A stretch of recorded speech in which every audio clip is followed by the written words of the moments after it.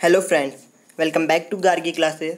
हम चैप्टर 3 पढ़ रहे थे और इससे पिछले वाले वीडियो में हमने पढ़ा कि किस तरह से परचेज अकाउंट को क्रेडिट किया जाता है, कौन कौन सी सिचुएशन में परचेज अकाउंट को क्रेडिट किया जाता है, ये हमने उसमें डिटेली पढ़ा। और आज हम पढ़ेंगे इस जनरल एंट्री से रिलेटेड कुछ स्पेशल ट्रांजेक्शन। वो स्पेशल ट्रांजेक्शन किससे रिलेटेड होंगे? बैड डेब्ट से रिलेटेड, डिस्काउंट और सेल टैक्स। हम ये जानेंगे इस वीडियो में कि बैड डेब्ट्स का जब हमें कोई ट्रांजैक्शन दिया जाता है तो उसकी कैसे general entry books of accounts में रिकॉर्ड की जाती है। डिस्काउंट से रिलेटेड कोई ट्रांजैक्शन दिया गया है तो उसका कैसे बुक्स ऑफ अकाउंट्स में रिकॉर्ड किया जाए। सेल टैक्स से रिलेटेड अगर कोई ट्रांजैक्शन देते हैं तो उसे कैसे बुक्स ऑफ अकाउंट में रिकॉर्ड करें, ये हम इस वीडियो में पढ़ेंगे। तो वीडियो शुरू करते हैं। लेकिन वीडियो शुरू करने से पहले मैं आपसे बहुत रिक्वेस्ट करना चाहूँगा, अगर आप हमारे चैनल पे नए हैं या आपने अभी तक हमारे चैनल को सब्सक्राइब नहीं किया तो प्लीज़ हमारे चैनल को सब्सक्राइब कर दीजिए, क्योंकि हम स्टडी से रिलेटेड ऐसे ही इंटरेस्टिंग वीडियो लेकर आते ही रहते हैं। तो चलो शुरू करते हैं आज का ये वीडियो।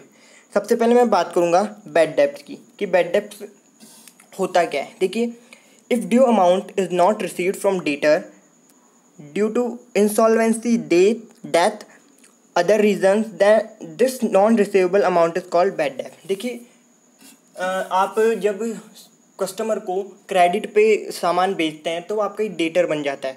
तो जब अपने को डेटर से जो ड्यू अमाउंट है वो मिल नहीं पाता ना, किस कारण से, मान लो उसकी डेथ हो गई हो या फिर वो इंसॉल्वेंट हो गया। इंसॉल्वेंट मतलब कंगालिया हो गया, ठीक है, और या फिर और भी कोई रीज़न हो सकते हैं। अगर इन सभी में से या किसी भी रीज़न के कारण अगर हमें हमारा ड्यू अमाउंट नहीं मिल पाता तो जो ड्यू अमाउंट है ना उसे हम बैड डेब्ट्स कहते हैं। अब देखिए, जब बैड डेब्ट्स होगा तो एंट्री क्या होगी, ठीक है। देखिए, बैड डेब्ट्स है तो हमारा एक तरह से लॉस होगा। जब भी लॉस होता है तो हम क्या करते हैं, नॉमिनल अकाउंट का रूल लगा देंगे और उससे वो रूल क्या कहता है कि debit all losses and expenses. तो हमने बैड डेब्ट्स को क्या कर दिया, डेबिट कर दिया। अब ड्यूअल एस्पेक्ट में काम करते हैं हम डबल एंट्री में, सही है। डबल एंट्री सिस्टम में ड्यूअल एस्पेक्ट का काम होता है। तो कोई चीज़ डेबिट हुई है तो एक चीज़ को क्रेडिट करना पड़ेगा। तो क्रेडिट क्या करें? देखिए, जब हमने किसी को सामान बेचा था तो एक बार हमने उससे क्या किया होगा, डेबिट किया होगा, क्योंकि उसके पास सामान गया था, राइट। तो उस अकाउंट को सेट ऑफ करने के लिए और उस बैलेंस को एकदम इक्वल करने के लिए हम क्या करेंगे, जो डेटर का या फिर हमारे कस्टमर का अकाउंट है जिससे हमने पैसा रिसीव करना था लेकिन मिला नहीं किसी रीज़न के कारण, तो उसे क्या कर देंगे, फिर से क्रेडिट कर देंगे ताकि वो अकाउंट क्या हो जाए, सेट ऑफ हो जाए। तो हम क्या करेंगे, टू डेटर्स पर्सनल अकाउंट को क्रेडिट करेंगे। तो आप समझ गए कि बैड डेब्ट्स को इसलिए डेबिट किया है क्योंकि वो हमारा लॉस है, नॉमिनल अकाउंट का रूल लग गया।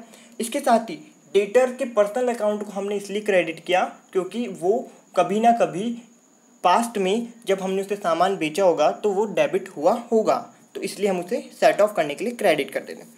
अब देखिए, इसमें क्या क्या कंडीशंस हो सकती हैं। ये तो हो गया कि आपको पूरा पैसा डूब जाता है।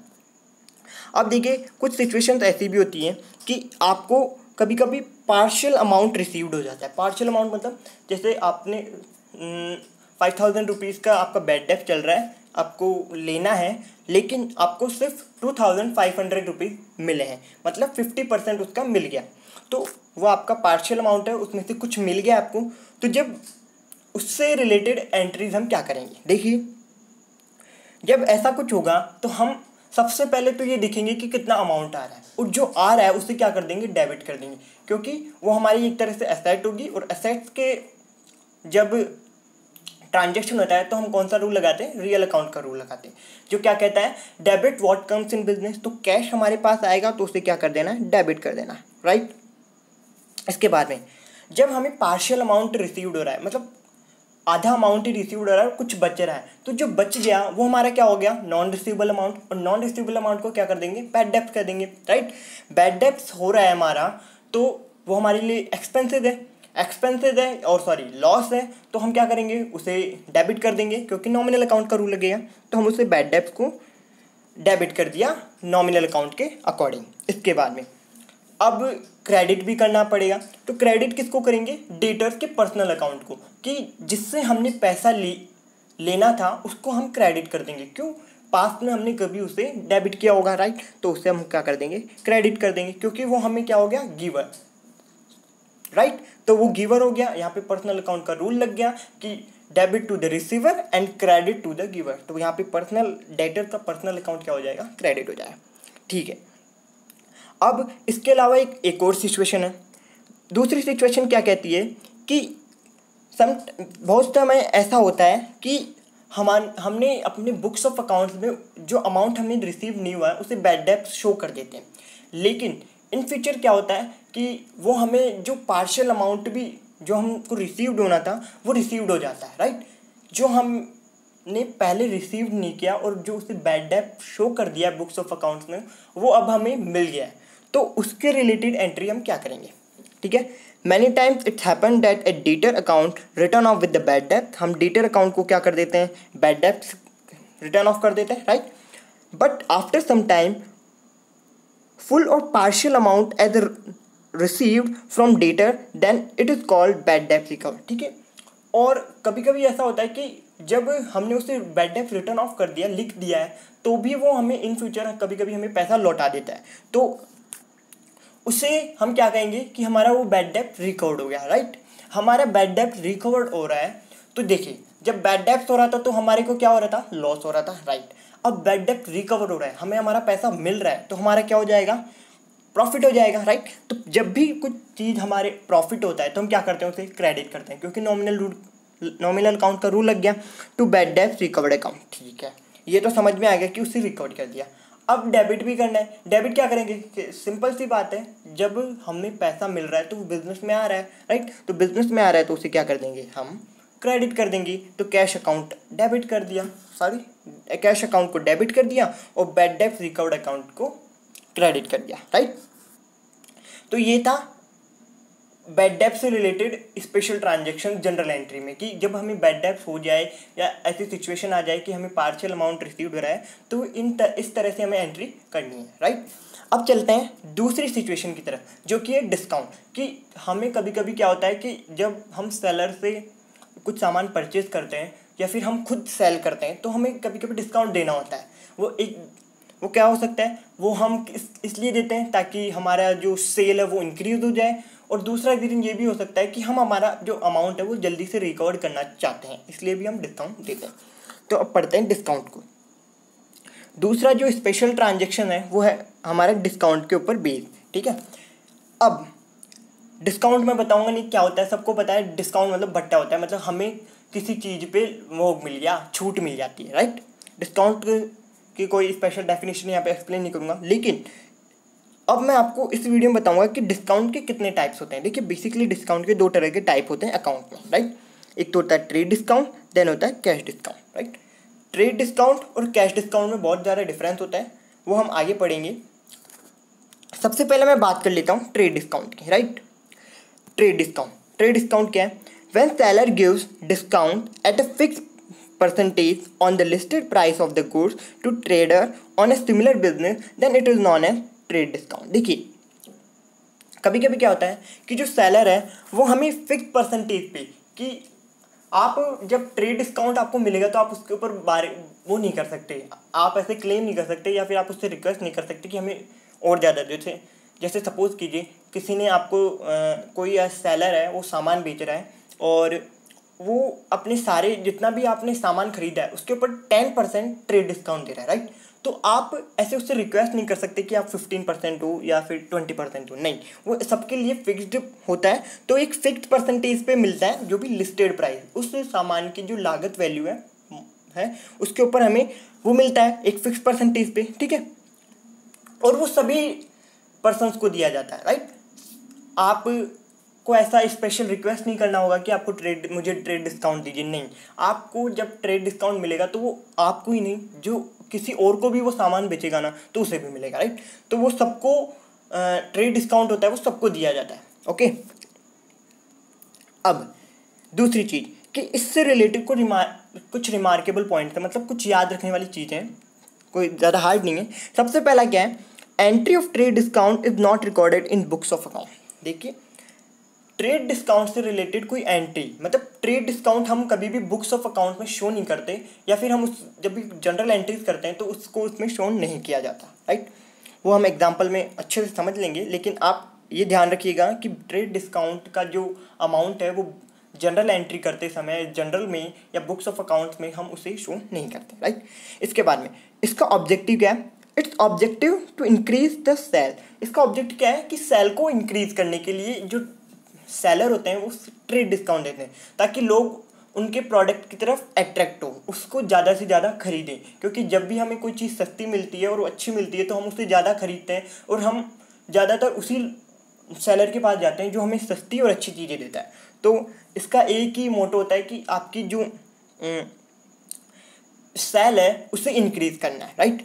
इसके बाद में तीसरी सिचुएशन क्या है, या तीसरा जो याद रखने वाला पॉइंट क्या है, ये है if goods sold at a trade discount is return then on sale return net amount trade is return off. देखिए क्या, जब आपने सामान बेच दिया, सपोज कि सेलर ने एक्स है और वाई है, वाई है वो सेलर है और एक्स है वो परचेजर है, राइट। वाई ने एक्स को सेल कर दिया है सामान, ओके, लेकिन एक्स ने क्या किया कि कुछ समय बाद या फिर उसमें कुछ डिफेक्टिव आ गया होगा, उसे वाई को रिटर्न कर दिया, तो वो उसके लिए क्या हो गया, वाई के लिए वो सेल रिटर्न हो गया, राइट। तो अगर वाई ने उस जिस माल पे या जिस प्रोडक्ट पे ट्रेड डिस्काउंट दिया होगा ना, ट्रेड डिस्काउंट, तो वो क्या करेगा, उसे डिडक्ट करेगा, उसके बाद में जो पैसा बचेगा वो उसको देगा, राइट। मतलब आपने मेरे से 5,000 का सामान खरीदा, उस पर मैंने आपको 10% ट्रेड डिस्काउंट दिया, ओके, तो मुझे आप कितने रुपए दोगे, 4,500 रुपीज़ दोगे उस सामान के, राइट। अब उसमें से 3,000 को जो सामान है वो क्या हो गया, डिफेक्टिव आ गया, तो आप उससे मुझे रिटर्न करोगे ना, तो मैं आपको 3,000 रुपये ना दे के जो ट्रेड डिस्काउंट है कितना, 10%, 3,000 पे वो 10% का ट्रेड डिस्काउंट लगाऊंगा, देन आफ्टर उसे डिडक्ट करके 2,700 रुपीज़ आपको दे दूंगा, ओके। अब आप इसे एकदम अच्छे से एग्जाम्पल से और भी अच्छे से समझ लेंगे। हमने यहाँ पे एक एग्जाम्पल लिया है, वो क्या है कि Subodh sold goods of ₹30,000 at trade discount 10%। 10% के ट्रेड डिस्काउंट पे सुबोध ने सामान को बेचा है 30,000 में, ओके। अब देखिए वो भी कैश में बेचा है, राइट। अब इसका सॉल्यूशन क्या होगा कि देखो सामान उसने बेचा है तो उसको उस सामान के बदले कैश मिला है, तो कैश हमारे पास आ रहा है, उसको डेबिट कर दिया 2,700 रुपीज़ से, ओके।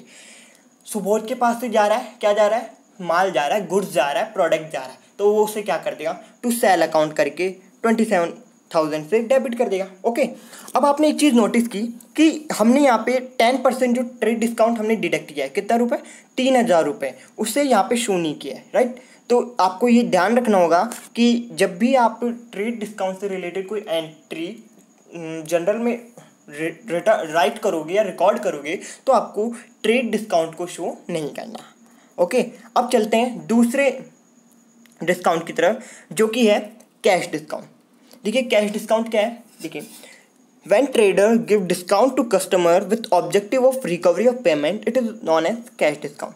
देखिए ये कब किया जाता है, सपोज कीजिए कोई सेलर है, ट्रेडर है, उसने आपको सामान बेच दिया, तो वो आपसे आप कभी कभी होता है कि आपको वो अमाउंट को है ना जल्दी रिकवर नहीं कर पाता, वो बोलता है, जो कस्टमर है वो बोलता है कि अभी इतने नहीं है, आप थोड़ा कम कीजिए। तो जो ट्रेडर होता है वो क्या करता है, उस सिचुएशन में अमाउंट को उस अमाउंट की रिकवरी करने के लिए, जो ड्यू अमाउंट है वो उससे लेने के लिए वो क्या करता है, उसे कैश डिस्काउंट दे देता है। तो जब हम कस्टमर से पेमेंट की रिकवरी के ऑब्जेक्टिव से कोई डिस्काउंट देते हैं तो उसे क्या बोलते हैं, कैश डिस्काउंट। अब देखिए इसके लिए भी कुछ रिमार्केबल पॉइंट्स हैं जो हमें ध्यान रखने होंगे जब भी हम इसके रिलेटेड एंट्री रिकॉर्ड करेंगे। सबसे पहला क्या है, entry of cash discount pass in the books of account. Cash discount से रिलेटेड जो एंट्री है वो बुक्स ऑफ अकाउंट में पास की जाती है। मतलब जब ट्रेड डिस्काउंट को हम जहाँ पे शो नहीं करते थे, जनरल एंट्री कर देता मैं, यहाँ पर कैश डिस्काउंट को हम उसे शो करेंगे, ओके। इसके बाद में the entry of cash discount is done along with the payment only, ठीक है। कैश डिस्काउंट, यहाँ पर इसका मतलब ये है कि कैश डिस्काउंट तभी दिया जाएगा जब आपने सामान को कैश में खरीदा है। जब आप कैश पेमेंट करेंगे तभी आपको कैश डिस्काउंट दिया जाएगा। जब ये सपोज कीजिए कि किसी ने क्रेडिट पे सामान खरीदा है तो उसे कैश डिस्काउंट नहीं दिया जाएगा, उसे ट्रेड डिस्काउंट दिया जा सकता है, लेकिन उस टाइम पे उस सिचुएशन में उसे कैश डिस्काउंट नहीं दिया जाएगा। उसे कैश डिस्काउंट अगर लेना है और इसका जो तो कब ले सकता है वो, जब वो उसका पेमेंट करेगा। ओके, इसे भी एक एग्जांपल से हम सिंपली क्लियरफाई कर देते हैं। ठीक है, in the previous example if ₹26,000 are received from Subodh and he is given discount of ₹1,000 the entry will be. ठीक है, सपोज कीजिए हमने पिछले एग्जांपल में क्या देखा कि सुबोध को हमने सामान बेचा है, ठीक है, 30,000 का, उसमें से 10% हमने ट्रेड डिस्काउंट दिया है, तो उसका टोटल अमाउंट हो गया 27,000। हमने उसमें क्या लिखा था, 27,000 में मिल गए, हमने सामान बेच दिया। अब यहाँ पर सोचिए कि सुबोध ने क्या किया, हमने उसे सामान कैश में बेचा, तो सुबोध में क्या कर रहा है कि वो हमारे को सिर्फ 26,000 रुपीज़ दे रहा है, ठीक है, और 1,000 का हमारे से कैश डिस्काउंट मांग रहा है या हम खुद उसे दे रहे हैं। तो इस केस में एंट्री क्या होगी, सबसे पहली बात कैश अकाउंट डेबिट 26,000 रुपीज़ हमारे पास आ रहे हैं, तो उसे रियल अकाउंट के रूल के अकॉर्डिंग उसे डेबिट कर दो। ओके, इसके बाद में हम डिस्काउंट उसे अलाउ कर रहे हैं, तो हम जब उसे डिस्काउंट अलाउ करेंगे तो हमारे क्या होगा, लॉस होगा एक तरह से। तो हम उस लॉस को क्या करते हैं, जब भी कोई लॉस होता है तो नॉमिनल अकाउंट का रूल लगाते हैं और उसे डेबिट कर देते हैं। तो डिस्काउंट अकाउंट डेबिट कर दिया, तो टोटल डेबिट का टोटल कितना हो गया, 27,000। इसके बाद में सुबोध से हमें पैसे मिल रहे हैं, राइट, तो सुबोध से हमें पैसे मिल रहे हैं, तो टू सुबोध अकाउंट 27,000। सुबोध से हमने पैसे मिल रहे हैं 27,000, देखिए 1,000 रुपये डिस्काउंट शो कर दिया हमने, तो वो भी हम सुबोध के अकाउंट को सेट ऑफ कर देंगे कि हमें 27,000 मिल चुका है और हमने 1,000 का डिस्काउंट दिया है और कैश हमें 26,000 मिला है। ओके, ये हो गया आपका कैश डिस्काउंट। अब देखिए इसमें एक चीज़ लिखी है मैंने कि if trade discount and cash discount is given to any customer together. Suppose कीजिए ऐसा भी तो हो सकता है ना कि ट्रेड डिस्काउंट और कैश डिस्काउंट साथ में ही दे दिया, राइट, तो क्या करेंगी, then first of all trade discount get deducted from list price of good. तो हम सबसे पहले क्या करेंगे, हम सबसे पहले जो ट्रेड डिस्काउंट है उसे उसकी गुड्स की या प्रोडक्ट की वैल्यू से डिडक्ट करेंगे, राइट। देन आफ्टर उसके ऊपर कैश डिस्काउंट कैलकुलेट करेंगे और फिर उसे डिडक्ट करेंगे। मतलब अगर आपको ट्रेड डिस्काउंट और कैश डिस्काउंट दोनों साथ में मिला है तो आप उसको बुक्स ऑफ अकाउंट्स में एंट्री करते समय क्या करेंगे कि सबसे पहले जो ट्रेड डिस्काउंट को डिडक्ट करेंगे, उसके बाद में जो डिडक्टेड वैल्यू आई है, जो डिडक्टेड अमाउंट है, उसके ऊपर कैश डिस्काउंट कैलकुलेट करेंगे, उसे फिर बुक्स ऑफ अकाउंट्स में शो करेंगे। ओके, इसे भी एक एग्जांपल से समझ लेते हैं भाई। सपोज कीजिए सोल्ड गुड्स टू सुएज फॉर ₹20,000 फॉर कैश, ठीक है, एंड ट्रेड डिस्काउंट, TD मतलब ट्रेड डिस्काउंट मिला हमारे को 10%, okay, and cash discount of 5% given. ठीक है, हमने सुएज को सामान बेचा है 20,000 रुपये का, उसके ऊपर हमने 10% का ट्रेड डिस्काउंट रिसीव्ड किया, ओके, और उसको 5% कैश डिस्काउंट भी दिया है, ठीक है। तो अब देखते हैं कि सबसे पहले क्या करना है। सबसे पहले तो ये करना है कि हम जो 20,000 रुपीज़ हैं उसमें से 10% जो ट्रेड डिस्काउंट है उसे डिडक्ट करें। क्या कितना हो जाएगा, 20,000 का 10% कितना हो जाएगा, 2,000, ओके। 20,000 में से 2,000 गया तो कितना बच गया, 18,000, राइट, ओके, 18,000 रुपीज़ बच गए। अब उन 18,000 पे भी हमने क्या किया है, 5% का डिस्काउंट, कैश डिस्काउंट उसे अलाउड किया है, ठीक है।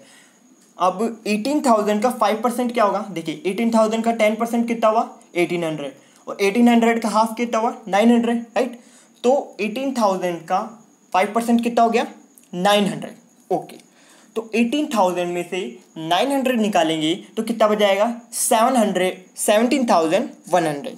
तो हमें कैश कितना मिल गया, 17,100 का हमें कैश मिल गया। उसके बाद में हमने उसे डिस्काउंट दिया है, तो हम डिस्काउंट देंगे तो हमारे लिए वो क्या हो गया, एक तरह से एक्सपेंसेस हो गया। एक्सपेंसेस है तो उसे क्या कर देंगे, डेबिट कर देंगे नॉमिनल अकाउंट के अकॉर्डिंग। ठीक है, अब क्या करना है कि क्रेडिट भी करना है, तो क्रेडिट क्या करेंगे कि हमारे पास से सामान जा रहा है, कितने का जा रहा है, 18,000 का सामान, हमने उसे क्रेडिट कर दिया। तो देखिए टोटल क्या होगा, क्रेडिट का भी टोटल 18,000 और डेबिट का total 17,100 plus 900 equal to 1,800। Okay, total हो गया। तो आई होप आपको डिस्काउंट का भी जो रिलेटेड जो ट्रांजेक्शन है वो भी समझ में आ गए होंगे।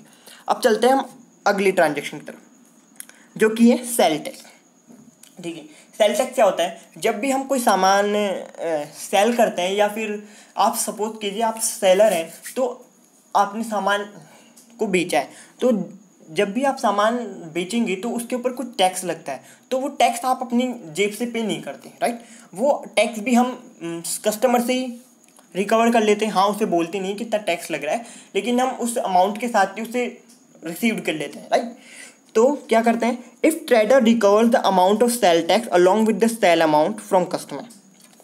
ठीक है, अगर ट्रेडर है, सामान बेचने वाला सेलर है, वो क्या करता है कि सेल जितने के आपने सेल किया है उस अमाउंट के साथ ही सेल टैक्स का अमाउंट भी रिकवर कर लेता है। तो एंट्री क्या क्या होगी, देखिए सबसे पहली एंट्री जब हम सेल करेंगे, ठीक है, कुछ सामान को बेचेंगे, तो क्या एंट्री करेंगे, कैश डिस्काउंट, हमें कैश मिल जाएगा। ओके, कैश मिल गया। इसके बाद में टू सेल, हमारे पास सामान जा रहा है, कितना जाएगा, जो भी जितने का 5,000 7,000 10,000 जितने, ओके उतने का। इसके बाद में उसके ऊपर जो सेल टैक्स लगाया हमने वो भी हम उसके अंदर ही डिडक्ट कर या उसे ऐड करेंगे और कस्टमर से रिकवर करेंगे, राइट। तो वो एक तरह से हमारे लिए इनकम हो जाती है, क्योंकि जहाँ पर हमें टैक्स को खुद की जेब से पे करना था, वहीं पर हम उसे कस्टमर से रिसीव कर रहे हैं, और तो वो हमारे लिए एक तरह से क्या हो गया, प्रॉफिट ही हो गया। तो जब भी कोई प्रॉफिट होता है तो हम नॉमिनल अकाउंट का रूल लगाते हैं और उससे क्रेडिट कर देते हैं। तो इस तरह से हमारी एंट्री हो जाती है जब हम सेल करेंगे, cash account debit to sale account और to sale tax account credit, right. इसके बाद में अब भाई जो सेल टैक्स आया है वो हमें कहीं ना गवर्नमेंट को डिपॉजिट भी कराना है, राइट। तो जब सेल टैक्स डिपॉजिट कराएंगे तो देखिए जब सेल किया था तो सेल टैक्स को क्या कर दिया, क्रेडिट किया है। ओके, तो उसे सेट ऑफ करने के लिए क्या करेंगे, उसे दोबारा से डेबिट कर दो। तो हमने क्या किया, सेल टैक्स अकाउंट डेबिट कर दिया यहाँ पे, right, debit. Okay, cell tax account को डेबिट कर दिया। इसके बाद में जब सेल टैक्स से डेबिट कर दिया तो हमारे पास से कुछ जाएगा, तो क्या होगा, कैश जाएगा, तो कैश को क्या कर देंगे, क्रेडिट कर देंगे। Okay, simple. अब इसे और भी अच्छे से समझने के लिए एक एग्जांपल ले लेते हैं। तो एग्जांपल क्या है कि सपोज कीजिए goods sold to for cash to Pradeep for ₹5,000 and collected 10% sale tax on it. ठीक है भाई, कि प्रदीप को 5,000 रुपये का सामान हमने बेचा है और उसके ऊपर 10% का सेल टैक्स, क्या, सेल टैक्स कलेक्ट किया है। यहाँ पे डिस्काउंट मत मान लेना, सेल टैक्स कलेक्ट किया है। ओके, तो देखो टोटल हमें कितना अमाउंट रिसीव्ड होगा प्रदीप से, क्योंकि 5,000 का तो सामान हो गया, उसका 10% कितना हो जाएगा, ये 0 इससे कट गया, राइट। तो टोटल कितना हो जाएगा, 500। तो 500 तो हमारा सेल टैक्स का अमाउंट हो गया। ओके, ठीक है। ऊपर से 5,000 हमें उसके जो सामान बेचा है उसके मिलेंगे, तो टोटल हमें कितना अमाउंट मिल जाएगा, 5,500 रुपीज़ हमें मिल जाएगा। तो कैश अकाउंट को डेबिट किया 5,500 रुपीज़।